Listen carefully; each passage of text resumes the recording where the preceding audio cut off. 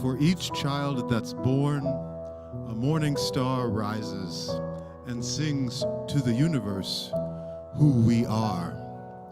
For each child that's born, a morning star rises and sings to the universe who we are. Good morning. It's very good to see you, very good to hear your voices say good morning too. I invite you to rise and sing. The hymn is We Are, 1051.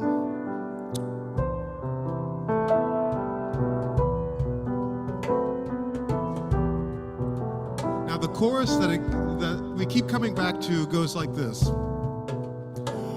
For each child that's born, a morning star rises and sings to the universe who we are. Try it. For each child that's born, a morning star rises and sings to the universe who. One more time. For each child that's born, a morning star rises and sings to the universe. Last time, for each child that's born, a morning star rises and sings to the universe. Let's go on. We are our grandmother's prayers, and we are our grandfather's dreamings. We are the breath of our ancestor. We are the Spirit of God. We are mothers of courage and fathers of time. We are daughters of dust and the sons of great visions, whispers of truth and brothers of. We are daughters of life and the builders of nations, whispers of truth and keepers of faith. We are makers of peace and the wisdom of ages. We are our grandmother's prayers, and we are our grandfather's dreamings. We are the breath of our ancestor. We are the for each child that's born, a morning star rises and sings to the universe who we are. For each child that's born, a morning star rises and sings to the universe. For each child that's born, a morning star rises and sings to the universe. Last time, for each child that's born, a morning star rises and sings to the universe who we are.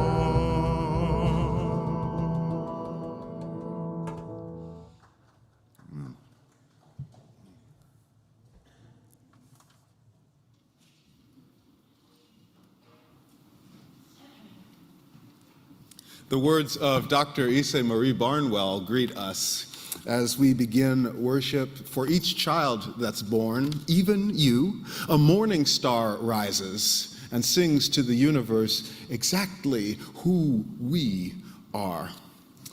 I'm Dr. Glen Thomas Rideout. It's a pleasure to be with you another Sunday, another day together. And wherever you're joining us from, right in here, online, whether you're new or returning, thank you for your presence in this hour.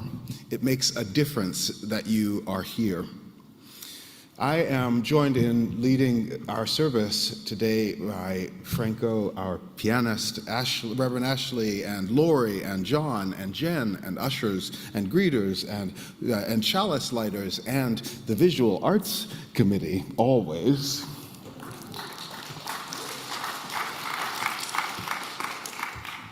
And all of you, if you dare, we can make this hour a bit more special than it would have been if we did not come together and bring love and justice into this corner of the world. I'd especially like to welcome our musical guest, Michael Tangen, who's creator of Solace, an eclectic musical expression and an online meditation community. Beneath all of the externals of composition and production and performance, Solace is deeply rooted in stoicism, personal reflection, and practicing mindfulness. And they find their way into the music and other outward expressions. Will you join me in offering Michael a welcome?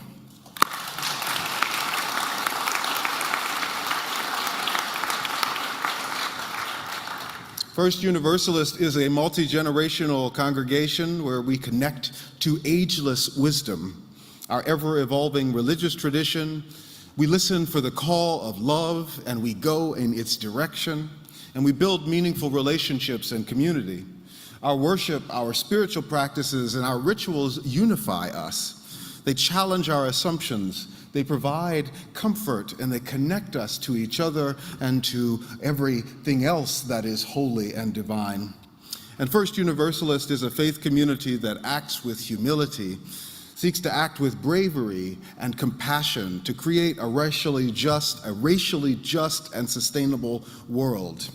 We think that's worth our time and our love and our devotion, and so we put that work into practice.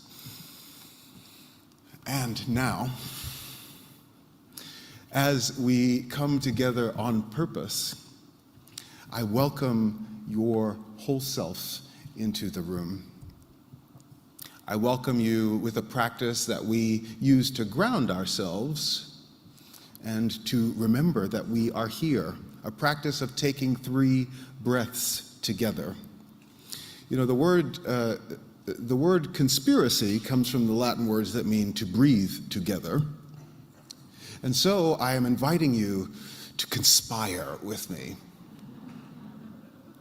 Conspire with me about love. Conspire with me about liberation. Conspire with me about joy. Let us breathe together. 1 time in and out. A 2nd time in and out. A 3rd time in and out.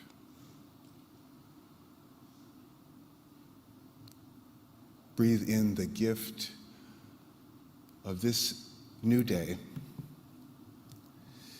the gift of stewardship of a land that is not merely our own, of a responsibility to the peoples who come before and who will come after, a connection to all there was.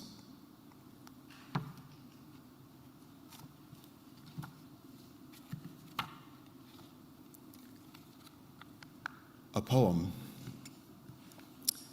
by the Reverend Nancy Schaefer. Kate is teaching the kids about dinosaur air. The air you breathe, that air you have inside you every time you take a breath, that's dinosaur air, she says. Dinosaurs breathed it. The kids' eyes are very wide. They take deep gulps of air just to have more dinosaur air inside them. The air we have is all the air we will ever have, Kate says. So we have to take good care of it. The kids gulp less.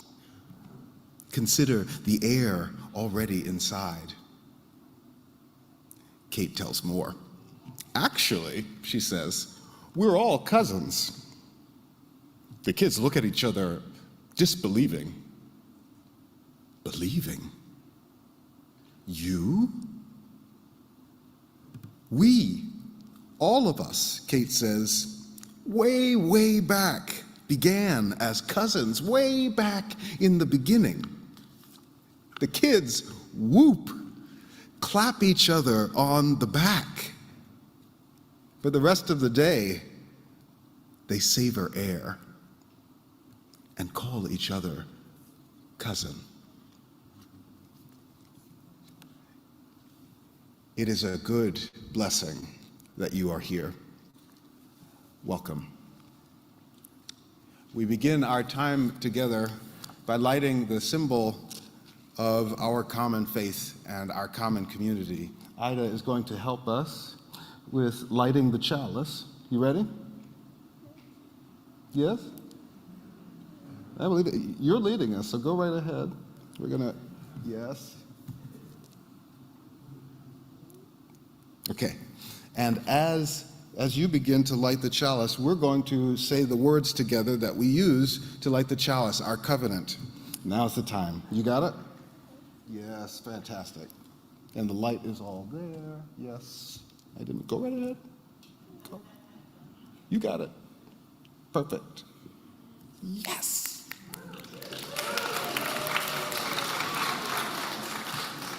Together, let us say, love is the spirit of this church, and service is its law. This is our great covenant, to dwell together in peace, to seek the truth in love, and to help one another.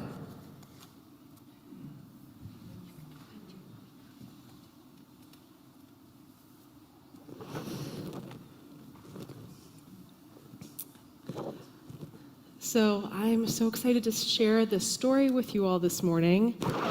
I'm mixed race of both Mexican and European ancestry, and so I mixed this story out of myths from those different places and peoples. And I hope to honor all those ancestral storytellers by sharing it with you this morning. Once upon a time, there was nothing. And also there was no time to be once upon. But out of the darkness and swirling heat stepped Kilatzli, whose name means she who arrives on the sweet grass. Kilatzli stepped onto the riverbank, and as she did so, the river and the grass and Kilatzli herself all came into being at the very same time. She was very proud of herself. Kilatzli traveled down the river, and she realized she could create anything she could imagine, plants and animals, bugs and shapes in the dirt. And she had a great time doing that for a little while, but then she started to get lonely. She wanted someone a little bit more like herself, and so she decided to create a son, whom she called Mijo. And for those who may not know, Mijo is a Spanish word that it's a very endearing term, a lot of affection that basically means my son, my sweet boy, you know, Spanish moms. Oh, my Mijo. So she and Mijo, Kilatzli and Mijo, traveled down the river together now, creating even more spectacular things, colorful tree frogs and toucans and quinoa and Mijo's personal favorite, the llama. He loved that it had such a long neck and looked so goofy. So they were creating wonderful things, and then they were trying to create a very important kind of food called maize, which many of us might know by the name corn. But they couldn't decide what color to make it. Mijo thought yellow, and then Kilatzli was like, what about blue? And then Mijo was like, no, red. And they popped the kernels back and forth until it came out all speckled. And it was yellow and blue and red. It was mixed. And they got kind of mad at each other because they thought they had ruined the corn, the maize. And they swirled around in the river, going back and forth. Neither of them would apologize, and neither of them would forgive. They were so sure that it was supposed to be one way, and it wasn't that way. So the river split, and Mijo went down one stream, and Kilatzli went down the other. And after a little while, Kilatzli's anger cooled. She was like, I shouldn't have lost my temper with my sweet boy. And she was like, we should reconnect. We'll apologize. It'll be fine. And she tried to go back up the river, But she realized that on the river of time, you can't go back. And she realized that she might be lost from her sweet boy forever. And that the very last words that she shared with him were words of anger. And she felt so much regret and sorrow. What have I done? Oh my gosh. And she let out this big, deep wail of grief that maybe some of you have felt before when everything's going wrong and you're lost and you're scared. And I wonder if we all share that big primordial wail together, if maybe Kilatsli out there will feel a little less alone. So on the count of 3, I want to invite you to let out a big, deep wail of that feeling you get when you're really sad. Okay, ready? 1, 2, 3. Oh, yes, it was just that big. The goddess of creation wailed, and it was just that big, and it changed the colors of the leaves on the trees and shook them from their branches, and everything fell and got quiet. Kilatsli kept traveling down the river, so sad and alone. All the animals were sleeping, all the plants had died, and the river held her. The river, she realized. Even though Miho and I aren't together, the river is still connecting us. And so she mustered up all the magic that she had within her and all the love and fond memories of her Miho, and she shone that love up the river in sparkles and pinks and purples. It zipped up the river, her side, and went down Miho's side until it got to him. And when it hit him, woo, it transformed him just like in a Disney movie, and he jumped up into the sky, and he took some of the river with him. And when Kilatsli looked up, there was this big streak of sparkly light in the sky all of a sudden. It was what we now call the Milky Way. And Miho had become the god of stars. Kilatsli felt connected to everything they'd created, to everything the river touched, and now to the vast universe that Miho was taking care of. And even though they couldn't be together, she knew, she felt his love, and she sent him hers. She felt proud and joyful and amazed, and she started laughing, and all around her, spring began to blossom for the very first time. Thank you.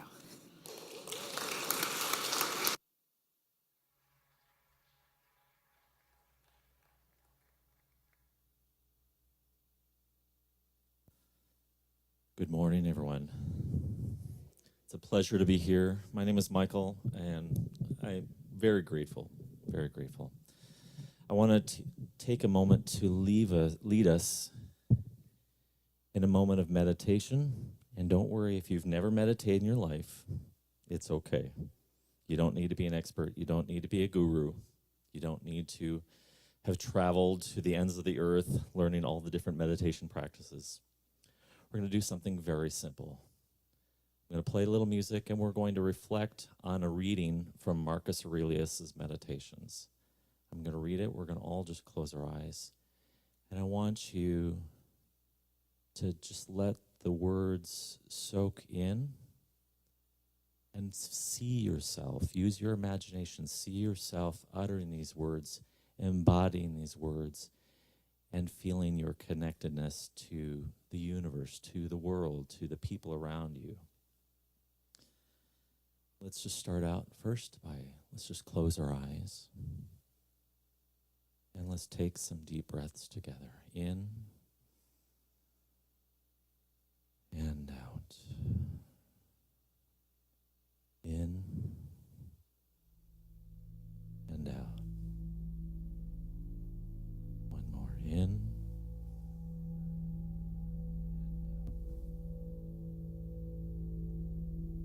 That which has died does not fall out of the universe. If it stays here, it also changes here and is dissolved into its proper parts, which are elements of the universe and of yourself. I am composed of the formal and the material, and neither of them will perish into non-existence, as neither of them came into existence out of non-existence. Every part of me will then be reduced by change into some other part of the universe. And again, it will change into another part of the universe.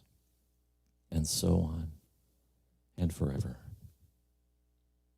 And by consequence of such a change, I too exist, and those who begot me, and so on forever in the other direction.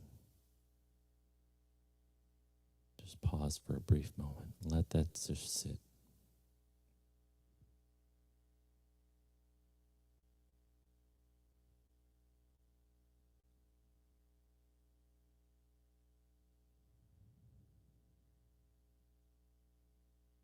This ends our meditation. Thank you.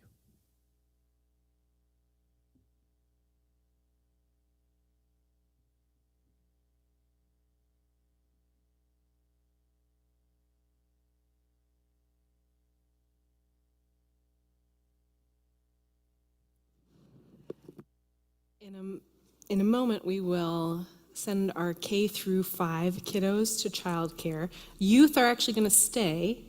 Youth and anyone older than 5th grade you're welcome to stay. There's no RE today. But first, before people head out, we're going to do one of those body prayers we've been doing the last few weeks. So I invite you to rise as we do rise. And this week, we're going to do the word oneness instead of ancestors or wholeness, although we know those are all connected. And Ashley is still going to help me out with the directions, if that's okay. So you can repeat after me and do as I do, okay? Ready? Oneness above me. Oneness above me. There we go, yeah. Oneness below me. Oneness below me. Oneness behind me. Oneness before me. Oneness around me.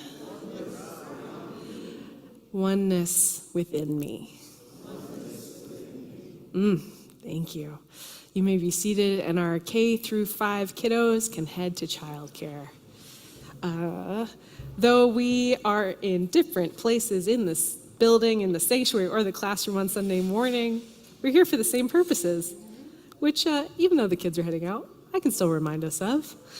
So the purposes are to open our minds, expand our hearts, and grow our spirits. May we know ourselves beloved, and may we do our part to build a world of love and liberation for all, starting here, right now.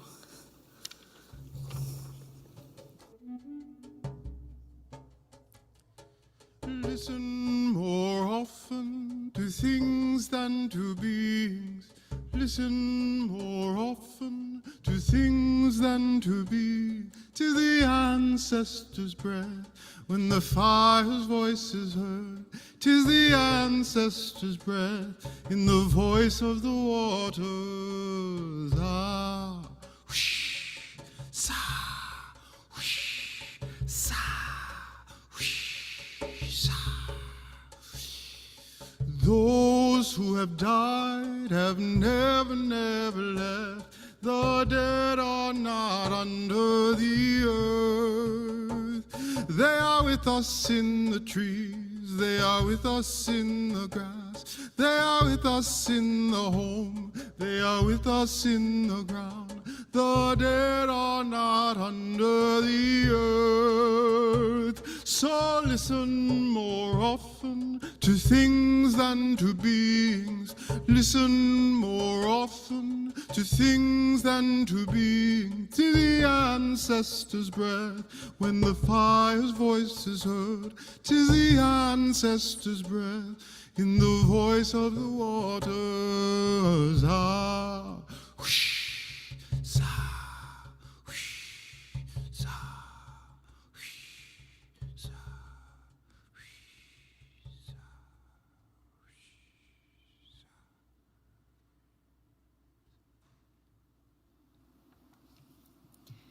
Good morning.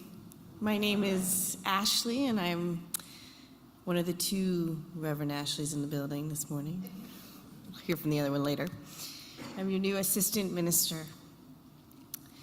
There is a window in my house, an original window to the house that is over 100 years old.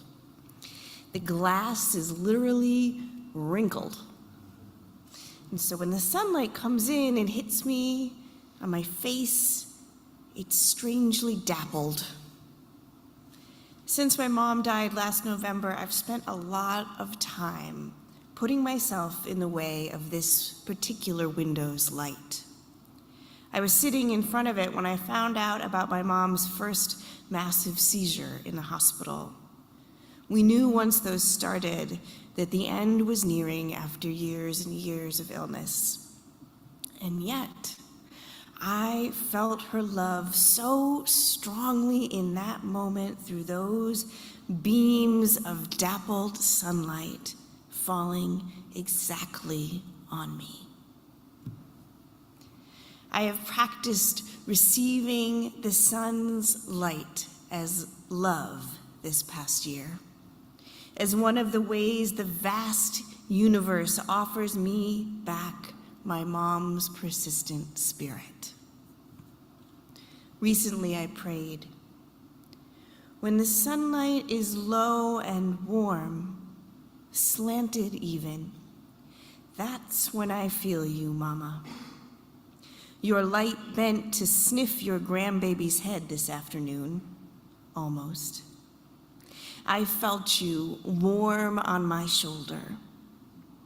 Teach me how to know you now, okay?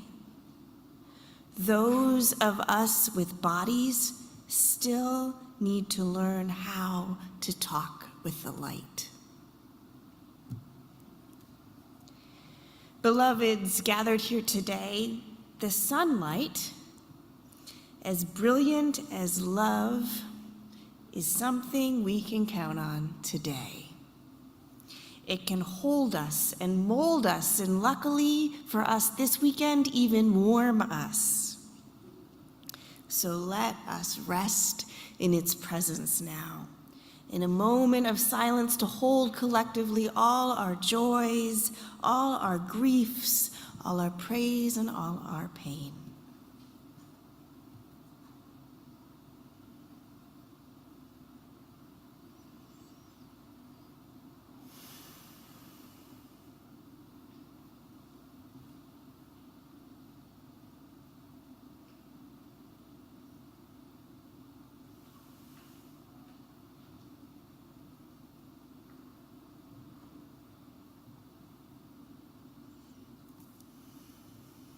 We hold in our love our member Dallas Rising and her husband as they mourn the death of their beloved cat Milo. Milo was diagnosed with cancer earlier this year and died last week after being a member of their intentionally interspecies household for 14 years. We hold them all in our care during this time of tenderness, loss, and memory. We hold Howard and Ann Hobbs. Howard's brother was killed in a bike accident this week, and they are in Tennessee with his family. We're sending our love with them. May they each feel the sunlight as our persistent love. We pray that the grip of addiction be loosened, that the weight of oppression be lightened, the truth be told, that joy break through, and that love make every suffering bearable for all of us. May it be so. Amen.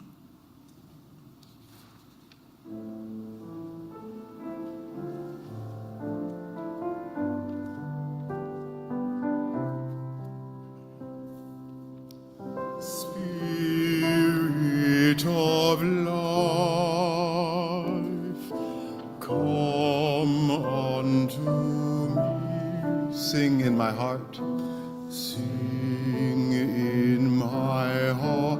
All the stirrings of compassion, all the stirrings of compassion. Blow in the wind, blow in the wind. Rise in the sea, rise in the sea. Move in the hand, move in the, giving life the shape of justice. the shape of the jaw. Roots hold me close, roots hold me close. Wings set me free, wings set me free. Spirit of life, spirit of life, come to me, come to me, come to me, come to me.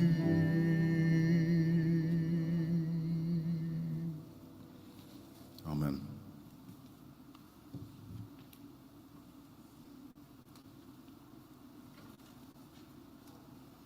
During our time of offering this morning, I get to welcome somebody who absolutely shapes her life towards justice and helps all of us do the same. The other Reverend Ashley in the house, Reverend Ashley Horan, who is one of our affiliated community ministers and serves as the director of the National Side with Love team that runs UU the Vote.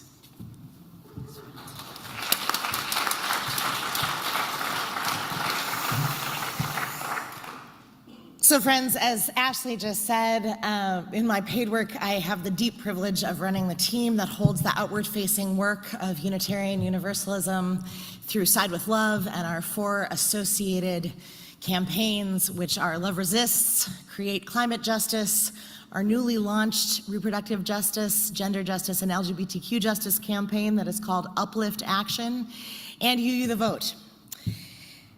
So, this fall, my friends, we are at UU the Vote very busy, as you can imagine right now. UU the Vote is a campaign that mobilizes Unitarian Universalists across the country to get out the vote, to fight for our values at the polls, and to defend our democracy.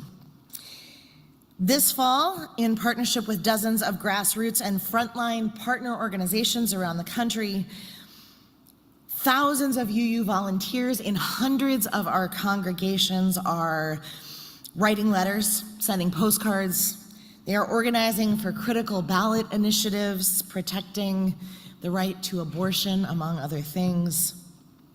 Folks are text banking and phone banking. They are canvassing their neighborhoods. They're getting trained as poll workers and election defenders. This congregation is one of hundreds around the country who are pitching in to help us meet our goal of contacting 4 million voters before Election Day. I got the inside numbers, they're looking good, and we got a long way to go. So Dallas tells me that you all have written together 2,620 letters to voters. Yeah, come on. And we want to let you know that there are going to be more opportunities to do that. There are activities happening every day. We are at the end of the time when postcards and letters are valuable and are moving into the phase where we have to put on our big kid pants and pretend we know how to human with other people and have conversations via text and phone. There are activities literally happening every day now. uuthevote.org, join us. Now, as much as I always want to recruit folks into more actions, I am here today because I have been asked to come and provide a blessing to these letters as we send them out the door this week. And you can imagine that as I work in a national role, I don't often get to come into a congregation and do this. So it is such a deep pleasure to be with you today. And I want to invite you with me to take a second, and if you would just extend your hands toward these boxes, these baskets of letters, these 2,620 letters. And I want to invite you to just direct your energy, your love, your prayers, your intention. Spirit of interconnection and community, we call your blessing upon these letters today. May they carry with them the commitments and values of their writers, our hope for building a true and embodied democracy in which all of us are free and thriving. May these letters remind their recipients of the power we have to shape the fate of this nation, moving us toward more justice, more freedom, more dignity for all. And may we all be agents of accountability and change, bringing into being the beloved community of all the people, by all the people, for all the people. Blessed be Ashe and Amen. Thank you. You can put your hands down. Now, friends, blessed with clapping too.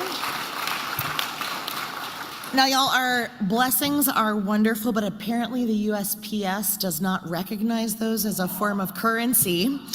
And so we are asking you to give generously in the offering this morning. This offering will come to put postage on these letters, and everything extra will go to you, the vote. And I can tell you that in these final couple of weeks, every penny is helping us meet those goals. Thank you in advance for what you are able to give today. And if you are somebody who in this moment needs to muster the courage to receive, that is fine too. Let us know. There are resources in this congregation. As the offering comes around, there will be baskets you can give online. The links will be in the chat. There are QR codes up on the wall. And as we take this offering, we say, for all that we have received and all that we have the courage to give, may we be truly grateful. We will now take the offering.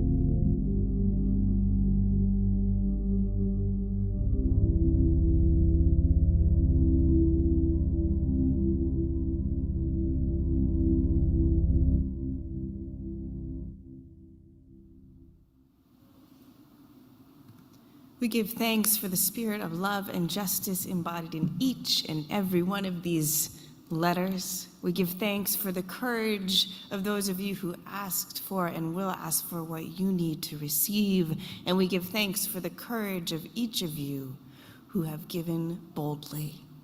May we truly be grateful together.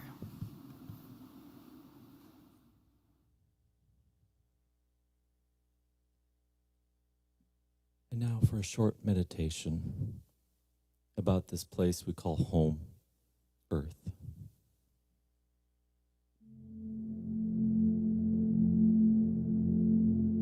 Look again at that dot. That's here. That's home. That's us. On it, everyone you love, everyone you know, everyone you ever heard of, every human being that ever was, lived out their lives. The aggregate of our joy and our suffering, thousands of confident religions, ideologies, and economic doctrines, every hunter and forager, every hero and coward, every creator and destroyer of civilization, every king, every peasant, every young couple in love, every mother and father, every hopeful child, inventor and explorer, every teacher of morals, every corrupt politician, every superstar, every supreme leader, every saint and sinner in the history of our species lived there on a mote of dust suspended in a sunbeam. The Earth is a very small stage in a vast cosmic arena. Think of the rivers of blood spilled by all those generals and emperors, so that in glory and triumph they could become the momentary masters of a fraction of a dot. Think of the endless cruelties visited by the inhabitants of one corner, of the scarcely distinguishable inhabitants of some other corner. How frequent their misunderstandings, how eager they are to kill one another, how fervent their hatred. Our posturings, our imagined self-importance, the delusion that we have some privileged position in the universe are challenged by that pale point of light. Our planet is a lonely speck in the great enveloping cosmic dark. In our obscurity, in all this vastness, there is no hint that help will come from elsewhere to save us from ourselves. The Earth is the only world known so far to harbor life. There is nowhere else, at least in the near future, to which our species could migrate. Visit? Yes. Settle? Not yet. Like it or not, for the moment, the Earth is where we make our stand. It has been said that astronomy is a humbling and character-building experience, and there is perhaps no better demonstration of the folly of human conceits than the distant image of our tiny world. To me, it underscores our responsibility to deal more kindly with one another, with patience, love, forbearance, and to preserve and cherish the pale blue dot, the only home we've ever known.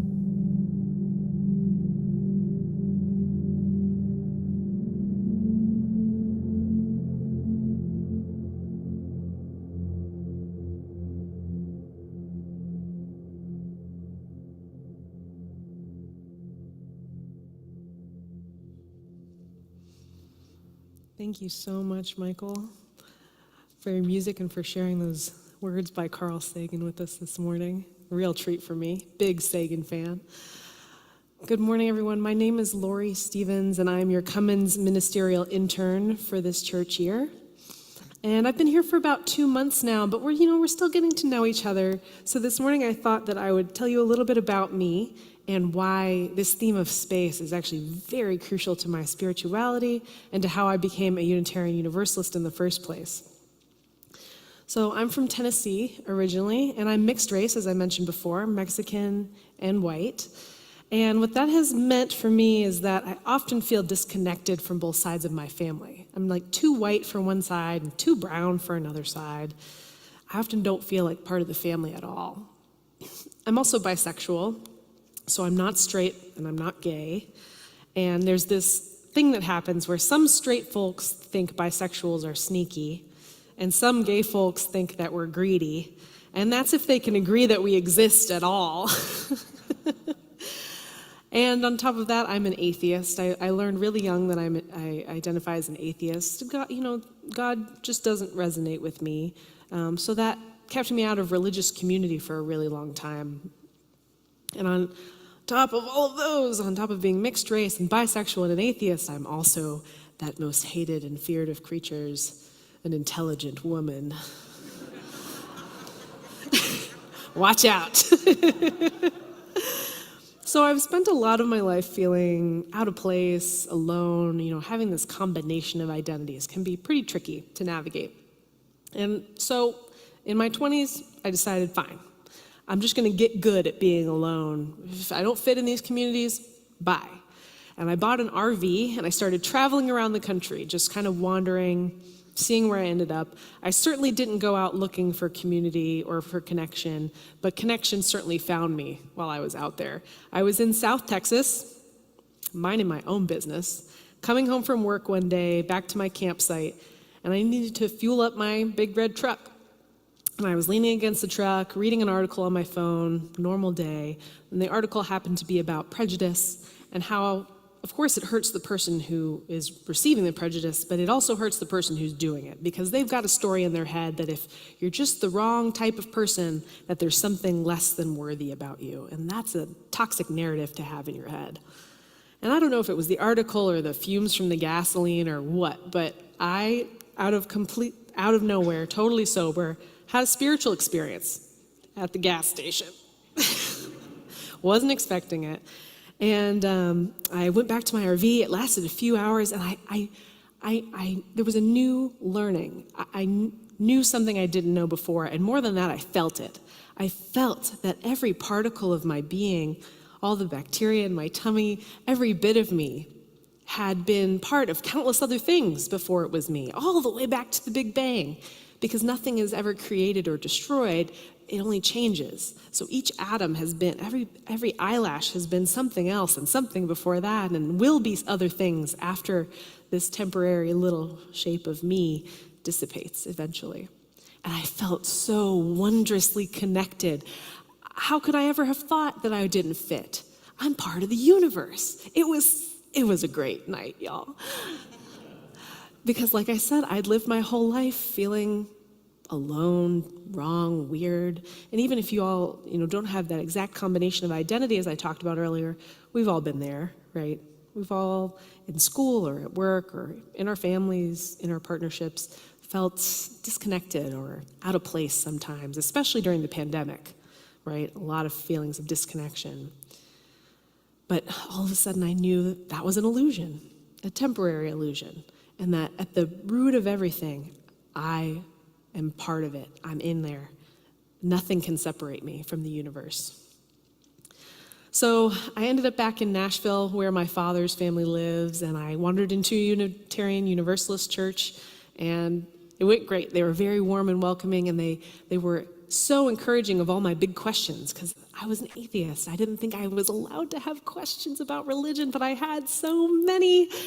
And they were cool with it. And they helped me realize that this little realization I'd had, it wasn't unusual at all. A lot of people, probably many of you, have had these kinds of experiences where you feel this holy, sacred connectedness to something bigger than yourself.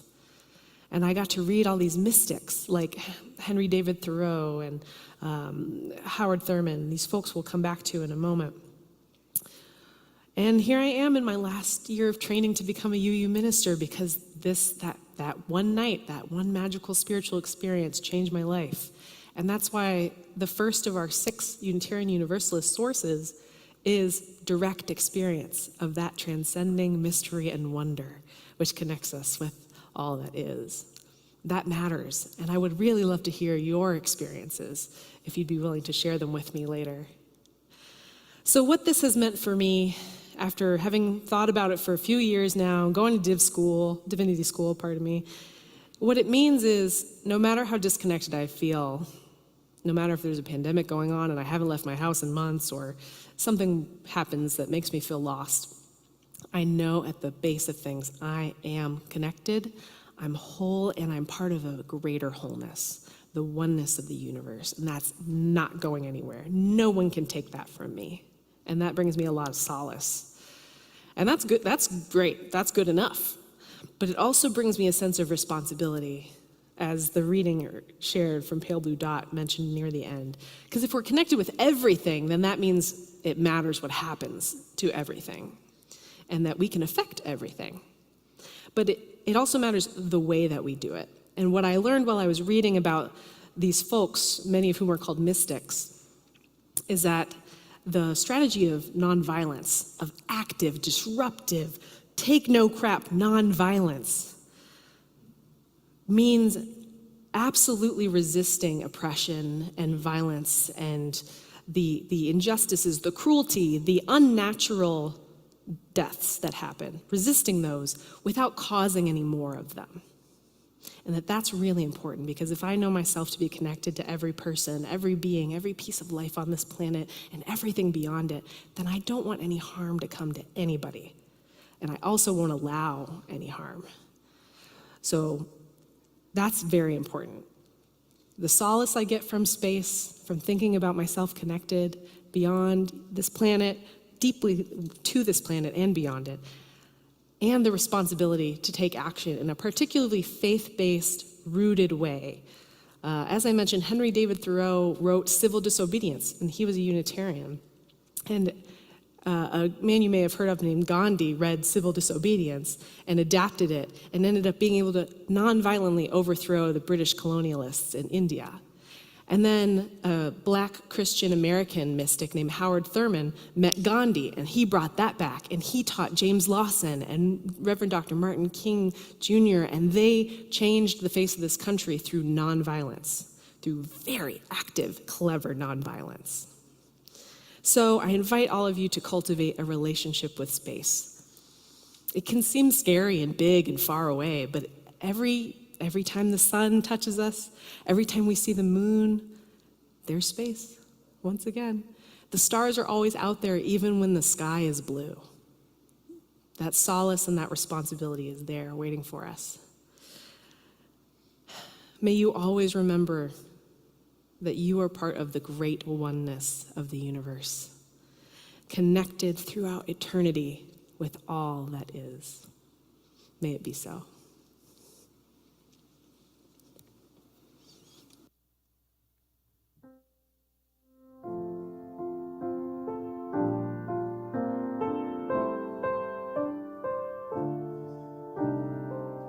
Will you sing with me? The hymn is 343, A Fire Mist and a Planet.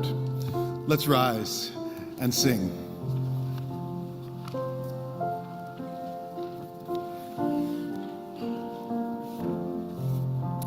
Away we go.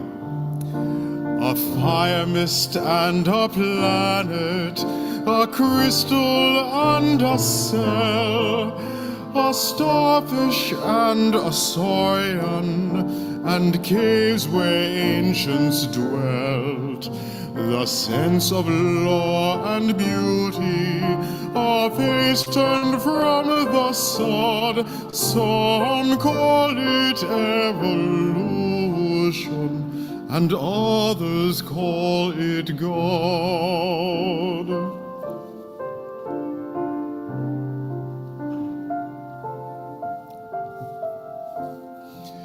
Haze on the far horizon, the infinite tender sky, the ripe rich tints of cornfields and wild geese sailing high.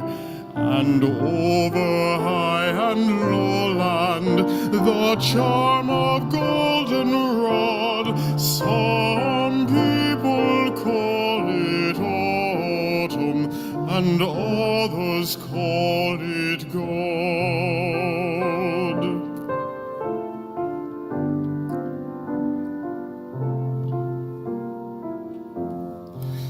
Like tides on Crescent Sea Beach, when moon so new and thin, into our hearts' high yearnings come welling, surging in.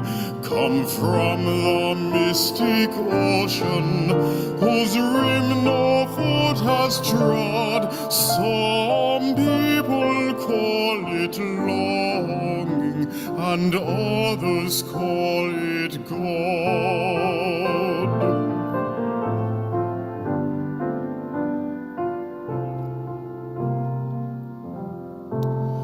A century lone and frozen, a mother stood for brood, and Socrates' dread hemlock, and Jesus on the road, and millions who, though nameless, the straight hard pathway trod.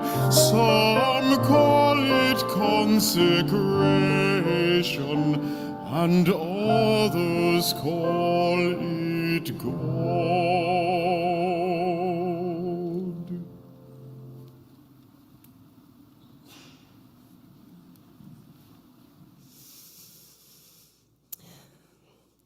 You taught me the courage of stars before you left, how light carries on endlessly, even after death, with shortness of breath. You explained the infinite, how rare and beautiful it is to even exist, to even exist. May you know yourselves always connected to the oneness of the universe and responsible for your fellow beings. Go forth in peace.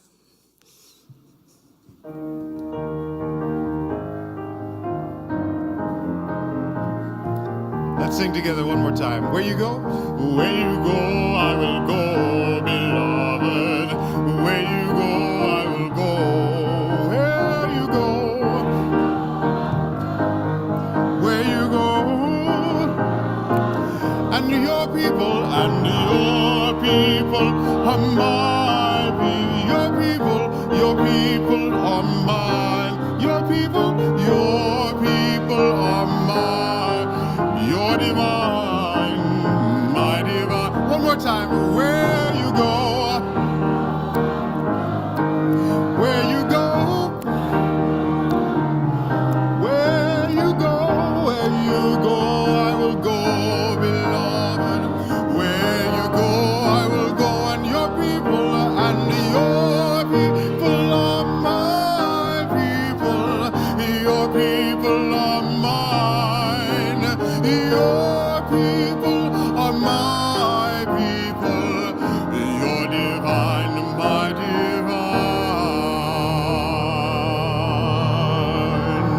divine. Go in peace, my friends. Amen.